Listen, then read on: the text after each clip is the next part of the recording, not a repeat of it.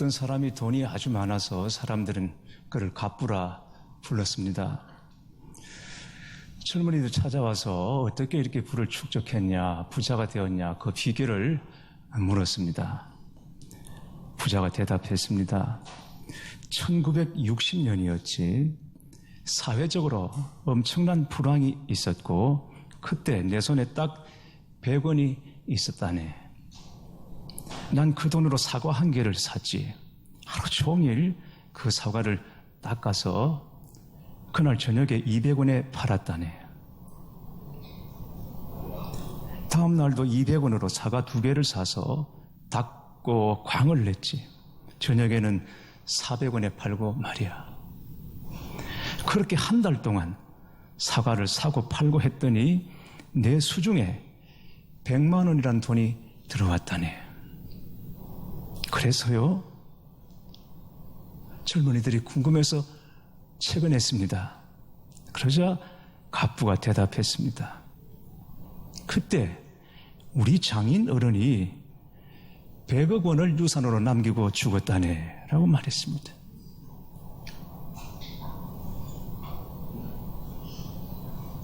유산으로 부자가 되었다는 이 허무한 이야기는 어쩌면 이삭의 이야기처럼 들리기도 합니다. 성경의 인물들을 말할 때 이삭은 여러 점에서, 여러 면에서 우리에게 수수께끼입니다. 아브라함의 하나님, 이삭의 하나님, 야곱의 하나님이라고 하지만 아브라함과 야곱에 비해서 뭔가 특기할 만한 것이 없는 사람이 이삭입니다. 아버지와 아들 이 사이에서 뭔가 그 빈틈을 메꿔주는 듯한 무색무미무취한 사람, 뭔가 내세울 것이 없는 그런 사람으로 성경에 이삭이 나오고 있습니다. 그런데 성경은 이삭을 하나님께 복받은 사람이라고 소개하고 있습니다. 이런 경우에 부모를 잘 만나서 그렇구나라고 생각할 수 있을 것입니다. 아브라함이라는 믿음의 거장을 부모로 두었기 때문에 저절로 딸려온 복을 그가 얻었구나라고 생각할 수 있을 것입니다. 그러나 그렇지 않습니다. 이삭에게는 누구와도 견줄 수 없는 아주 특별한 것이 있습니다. 본문 12절 말씀을 보겠습니다. 이삭이 그 땅에서 농사하여 그 해에 100배나 얻었고 여호와께서 복을 주심으로 그 해에라고 했죠. 그 해란 어느 해를 말하는 것입니까? 가나안에 극심한 풍년이 들어서 이삭이 그 땅에 살 수가 없어서 애굽으로 피신하려고 했을 때에 하나님께서 내려가지 못하도록 이삭을 막으셨습니다. 여기 그냥 머무르라. 그래서 블레셋과 이스라엘의 경계 지점에 있는 그랄이라는 땅에 이삭이 머물게 되죠. 그때 농사를 지었는데 그 해에 100배의 소출을 얻었다는 것입니다. 대단한 일입니다. 왜냐하면 이삭은 농사 짓는 사람이 아니었습니다. 목축을 하는 사람이었습니다. 그런데 첫 농사에 100배의 결실을 얻었습니다. 대단한 일입니다. 그리고 그렇게 농사를 지어서 100배 얻은 것으로 말미암아 이삭이 큰 부자 거부가 되었다고 성경은 말씀하고 있습니다. 하나님께서 복 주셨기 때문입니다. 그러나 이삭이 재물이 많아질수록 사람들의 시기심도 늘어났습니다. 어느 날 아비멜렉과 그랄 사람들이 때로 몰려와서 이삭을 회방하고 이삭이 파놓은 우물을 다 덮어버렸습니다. 내가 우리보다 크게 강성한 적 우리를 떠나라. 이방인이 본토인보다 더 잘 삽니다. 더 부유해졌습니다. 재산이 많습니다. 두려웠어요. 떠나라. 여러분, 당시 우물은 부의 상징이고 축복의 대명사입니다. 뿐만 아니라 우물은 생명과 직결된 것입니다. 사람도 물을 마셔야 살고 목축도 물로 하고 농사를 지어도 물이 있어야 하는 것입니다. 그런데 이 사람들이 와서 그 우물을 다 메워버렸습니다. 이때 이삭의 마음이 어떠했겠습니까? 우리는 쫓아내버렸습니다. 그 땅에서 100배의 소출을 얻었습니다. 그런 땅에서 쫓겨나야 했던 이삭의 심정이 어떠했을까요?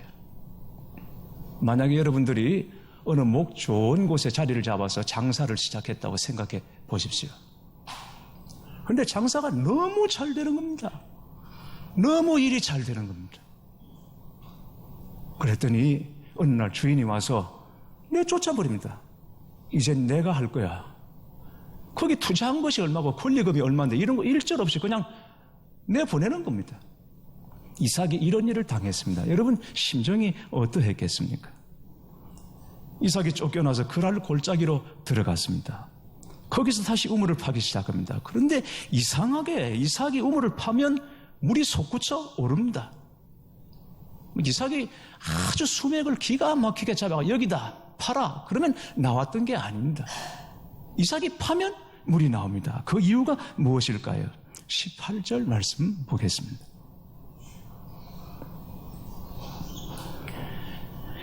그 아버지 아브람 때에 팠던 우물들을 다시 팠더니 이는 아브람이 죽은 후에 블레셋 사람이 그 우물들을 메웠음이라. 이삭이 그 우물들의 이름을 그의 아버지가 부르던 이름으로 불렀더라. 이삭이 특별히 우물을 잘 파는 재주가 있는 것이 아닌데 파면 우물이 나옵니다. 이유가 뭐라고요? 옛날 아버지가 팠던 그 우물을 다시 팠기 때문입니다. 아버지가 팠던 그 우물 블레셋 사람들이 다 메워버렸는데 다시 거기를 찾아서 팠더니 바로 그 자리에서 물이 솟구쳐 오르더라는 것입니다. 교회 여러분, 이게 바로 부흥입니다. 영어로 리바이벌입니다. 쇠퇴했던 것이 다시 일어난다는 뜻입니다. 부흥은 바로 이런 것입니다. 성경 강해의 대가로 알려져 있는 마틴 로이드 존슨 목사님이 이 본문을 가지고 부흥이라는 수차의 설교를 했습니다. 연속 설교를 했습니다. 이 본문입니다. 우리가 부흥을 체험하기 위해서는 새로운 풍조나 유행을 따라갈 것이 아니라 믿음의 조상들이 팠던 성경을 다시 파야 한다는 것입니다. 부흥은 우리가 뭔가 새로운 것을 만들어내거나 창조해내는 것이 아니라 이미 있던 것을 다시 회복하는 것입니다. 이게 부흥입니다. 얼마 전에 국민일보 읽었더니 신앙 상담 코너에 어느 교회 권사님이 올린 질문이 있었습니다. 처음 교회를 개척할 때부터 그 교회에서 창립 멤버로 40년을 섬겼고 그리고 교회학교 교사를 30년 동안 섬기면서 70년대, 80년대 그때 한참 한국교회가 부흥했던 그때의 그 신앙을 젊은이들에게 전수하고 접목시키기 위해서 무지 애를 썼다고 합니다. 그런데 전혀 접목이 되지 않는다고 했습니다. 모두 다 제멋대로고 탈선이 일상이 되어버리고 이런 것들이 너무 답답하고 안타깝다는 사연을 토로해 놓았습니다. 여기에 답하는 목사님의 마음도 답답하기는 똑같습니다. 세상이 온통 달라졌습니다. 신앙 자세, 가치관, 전통, 삶의 태도 이런 것들이 변해도 너무 변했다는 것입니다. 아이들이나 젊은이들은 물론이고 기성세대들도 똑같이 변했다는 것이죠. 목사님이 얼마 전에 모 교회로부터 부흥의 강사로 와달라는 청을 받았다고 합니다. 그래서 때와 시간을 물었더니 하룻밤만 해달라는 부흥회를. 보통 부흥회 하면 3, 4일 하지 않습니까? 새벽도 하고 오전도 하고 저녁도 하고. 그런데 강사로 와 주십사 하고는 하룻밤만 해달라고. 왜냐하면 안 모이니까. 그렇다고 부흥회를 안 할 수는 없고 그러니까 하룻밤만 목사님 와서 해 주십시오. 그런 마당에 70년대, 80년대 부흥회 때의 방식이 먹힐 리가 있겠습니까? 다 호랑이 담배 먹던 시절의 이야기죠. 그러나 부흥은 예전에 했던 일을 다시 하는 것입니다. 우리 믿음의 선배들이 했던 그대로 다시 하는 것입니다. 우직하게 기도하고 우직하게 전도하는 것입니다. 예배는 생명처럼 여기는 것입니다. 주일 성수 고민할 필요가 없습니다. 주일 성수는 왜 고민합니까? 주의를 지켜야 하나 말아야 하나, 이걸 왜 우리가 고민해야 하는 것입니까? 주의를 지키지 못할 때는 그만한 이유가 있다는 것을 저도 잘 압니다. 피치 못할 사정이라는 것이 있다는 것을 잘 압니다. 그런데 여러분, 그게 다 우리끼리 하는 얘기지 하나님 앞에서 할 소리는 아닌 것입니다. 주의를 성수하지 못할 그럴듯한 이유가 있고 그렇게 함으로 얻는 대가가 있을지 모르지만 여러분, 그걸 왜 우리가 눈앞의 것만 보는 것입니까? 왜 멀리 보지 못합니까? 왜 우리 영혼의 문제로 보지 못합니까?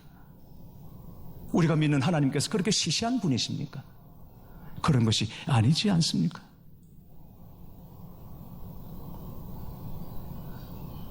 다시 부흥의 우물을 파야 하는 것입니다. 원수 마귀가 메꾸어 놓은 그 우물을 우리가 다시 파야 하는 거예요. 목사님, 지금이 어느 때인데 그렇게 말하지 마십시오. 지금 우리 발 아래 부흥의 물줄기가 흐르고 있습니다. 지금은 메꾸어져서 다 말라버린 것 같지만 그러나 하나님의 부흥은 우리 발 아래에서 다시 일어나게 될 줄 믿습니다. 그런데 그랄 골짜기로 쫓겨난 이삭에게 또 다른 어려움이 찾아왔습니다. 그랄 목자들과 우물 분쟁입니다. 시기심이 끝이 없습니다. 이삭의 종들이 옛날 아브라함이 팠던 그 우물을 다시 파놓았습니다. 물이 솟았습니다. 그랬더니 이 사람들이 와서 자기들 것이라고 내놓으라는 것이죠. 그래서 이삭은 이 셈의 우물을 에색이라고 불렀습니다. 다툼, 분쟁이라는 뜻입니다. 이삭은 적어도 이 그랄 사람들과 우물 문제로는 다투지 않겠다라고 다짐하고 그 우물을 양보해버립니다. 그리고 다른 곳에서 우물을 팠습니다. 그런데 거기서도 물이 나옵니다. 이번에도 또 와서 우리 거라고 트집을 잡고 내놓으라고 떼를 씁니다. 그래서 이삭이 그 두 번째 우물을 신나라고 불렀어요. 신나, 대적, 적대 이런 뜻이죠. 이들과 적대 관계를 맺지 않겠다. 그리고는 그 우물도 양보해 버렸습니다. 또 다른 곳에 가서 우물을 팠습니다. 거기도 물이 나옵니다. 그랬더니 그랄 사람들이 미안했던지 이번에는 시비를 걸지 않고 그것을 달라고 떼를 쓰지 않았어요. 이삭이 그 이름을 르호봇이라 불렀습니다. 넓다, 넓은 지경이라 그렇게 말합니다. 넓은 곳이라는 뜻입니다. 사랑하는 교회 여러분, 여러분의 인생에, 여러분의 삶에 르호봇의 은혜가 있으시기를 축원합니다. 여러분의 삶의 에색과 신나가 다 해결되고 이 르호봇의 은혜가 여러분 삶 가운데 여러분의 지경의 영역에 임하시기를 바랍니다. 다투는 일이 없게 되기를 바랍니다. 여러분의 기업 위에 르호봇의 은혜가 임하기를 축원합니다. 여러분의 직장 위에 르호봇의 은혜가 임하기를 바랍니다. 여러분 가정 안에 그런 일들이 있기를 바라고 여러분이 손대서 하는 모든 일들 위에 르호봇의 은혜가 있기를 바랍니다. 그것 때문에 사람과 다투는 일이 없습니다. 화평해야 합니다. 평화를 누려야 하는 것입니다. 그 은혜가 있기를 바랍니다. 우리 자녀들이 살아갈 미래를 우리 아이들이 르호봇의 은혜를 누리며 살아가게 되기를 바라는 것입니다. 에색과 신나로 씨름하고 싸우는 것이 아니라 우리 다음 세대들이 르호봇의 은혜로 충만한 복을 누리는 그런 은혜가 우리 자녀들에게 있게 되기를 바랍니다. 무엇보다도 우리 마음이 르호봇이 되어야 합니다. 우리 마음이 르호봇처럼 넓어야 합니다. 커져야 합니다. 그래야 다툼이 없어집니다. 분쟁이 사라집니다. 대적이 사라지게 되는 것입니다. 어린아이 하나가 진흙투성이가 되어서 씩씩거리면서 집에 들어와서 엄마에게 말했습니다. 엄마, 그 자식 정말 나쁜 놈이야. 왜 그러니? 어째서 얼굴과 옷이 그 모양이냐? 그 자식이 내 숙제장을 다 찢어버리고 내 책을 담너머로 던지고 나를 흙탕물에 밀어 넣었어요. 그래서 너는 어떻게 했니? 의기양양하게 목욕탕으로 가서 옷을 벗으면서 제가 그냥 있을 것 같아요? 가만두지 않았어요. 어떻게 했는데? 용서해 주었어요. 여러분, 용서는 진짜 마음이 강한 자가, 마음이 느른 자가, 이 르호봇의 은혜를 담은 자가 할 수 있는 것입니다. 서양사를 보면 19세기까지 문명은 거의 다 유럽에서 이루어졌습니다. 정치, 사회운동, 종교, 철학과 음악, 미술 거의 대부분이 유럽에서 다 나왔습니다. 그런데 20세기 들어서 중반이 지나면서 미국이 이 모든 것들을 주도하기 시작했습니다. 여기에는 여러 가지 이유가 있겠지만 가장 중요한 것은 20세기 초반에 일어났던 1차, 2차 세계대전 때문입니다. 1차 세계대전, 2차 세계대전의 무대가 유럽이었습니다. 미국은 그 전쟁터에서 벗어나 있었습니다. 그래서 세계대전이 벌어질 당시 많은 학자들과 예술가들이 다 미국으로 건너갔습니다. 그 결과 평화가 깨어진 유럽은 정치, 경제, 문화의 주도권을 미국에게 넘겨줄 수밖에 없었던 것입니다. 여러분 보십시오. 우리나라 기업들을 보십시오. 안에서 싸우는 기업은 안 되게 되어 있습니다. 다 뺏기게 됩니다. 밀려나고 다 뺏기게 됩니다. 이른바 형제의 난이니 뭐니 하면서 안에서 자기들끼리 다투는 기업을 보십시오. 100이면 100% 밀리게 되어 있습니다. 안 되게 되어 있습니다. 서로 그렇게 다투다 보면 바깥과 경쟁이 안 됩니다. 게임이 안 되게 되어 있는 것입니다. 화평이 없기 때문에 그렇습니다. 교회도 가정도 마찬가지입니다. 다투고 화평을 깨뜨리면 안 됩니다. 가정에서 왜 싸웁니까? 싸움의 발단은 잘 살아보자는 거죠. 교회에서 왜 다툽니까? 분쟁이 있습니까? 왜 분열이 있습니까? 더 좋은 교회를 만들어 보자는 것이죠. 여러분, 더 좋은 교회를 안 만들어도 됩니다. 그냥 다투지 않는 것이 좋은 것입니다. 이삭의 이름의 뜻을 여러분 아시죠? 이삭의 이름의 뜻이 뭐죠? 누가 기쁨이라고 아주 담대히 얘기를 했습니다. 네, 웃음이죠. 이삭은 웃음 없는 가정에, 아브라함 가정에 웃음을 갖고 태어났습니다. 웃을 일이 없었던, 한동안 웃을 일이 없었던 아브라함의 가정에 이삭이 태어남으로 온 가족이 다 웃게 되었습니다. 그래서 웃음입니다. 그랬던 이삭이 자라면서 커가면서 사람들의 웃음거리로 바뀝니다. 처음에는 사람들을 다 웃게 했는데 이게 사람이 웃음거리로 바뀌어요. 이삭에게, 이스마엘에게 늘 터지고 그냥 뺏기고, 여기 가서 뺏기고 저기 가서 터지고, 우물 파놓으면 이 사람 와서 뺏어가고 저 사람 와서 밀면 밀리고 저리 밀면 저리 밀리고, 그래서 사람들의 온통 웃음거리밖에 안 되는 것이죠. 여러분, 아브라함에 대해서는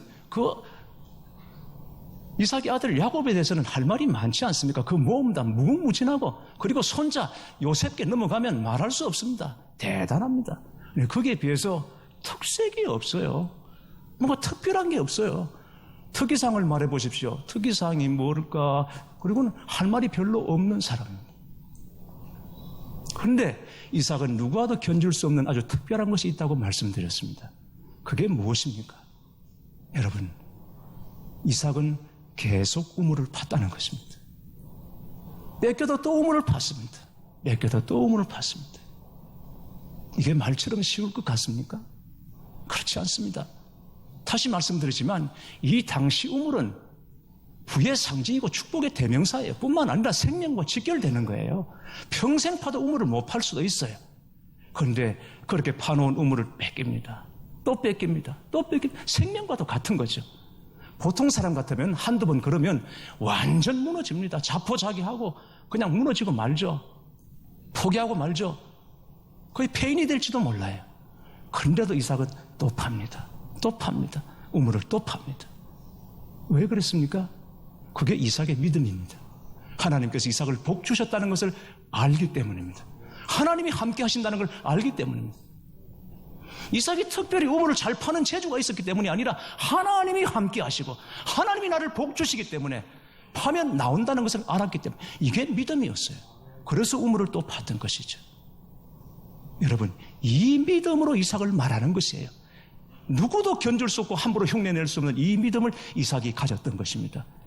이 믿음과 이 은혜가 우리 모두와 함께 하기를 바라는 것입니다.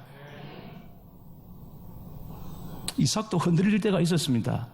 24절 보면 부엘세바에 갔을 때에 하나님께서 나타나셔서 말씀하십니다. 나는 내 아버지 아브라함의 하나님이니 두려워하지 말라. 내 종 아브라함을 위하여 내가 너와 함께 있어 내게 복을 주어 내 자손이 번성하게 하리라. 여기 보면 하나님께서 두려워하지 말라고 말씀하셨습니다. 두려워하지 말라는 말씀을 하신 것은 이삭이 두려워했다는 거죠. 이삭이 두려웠어요. 도대체 언제까지 내가 이렇게 살아야 되나? 언제까지 다 뺏기고 이렇게 유랑을 해야 되나? 떠돌이처럼 가진 것 없이 내가 언제까지 이렇게 살아야 되지? 내 인생이 언제까지 이렇게 떠도는 인생처럼 되어야 하지?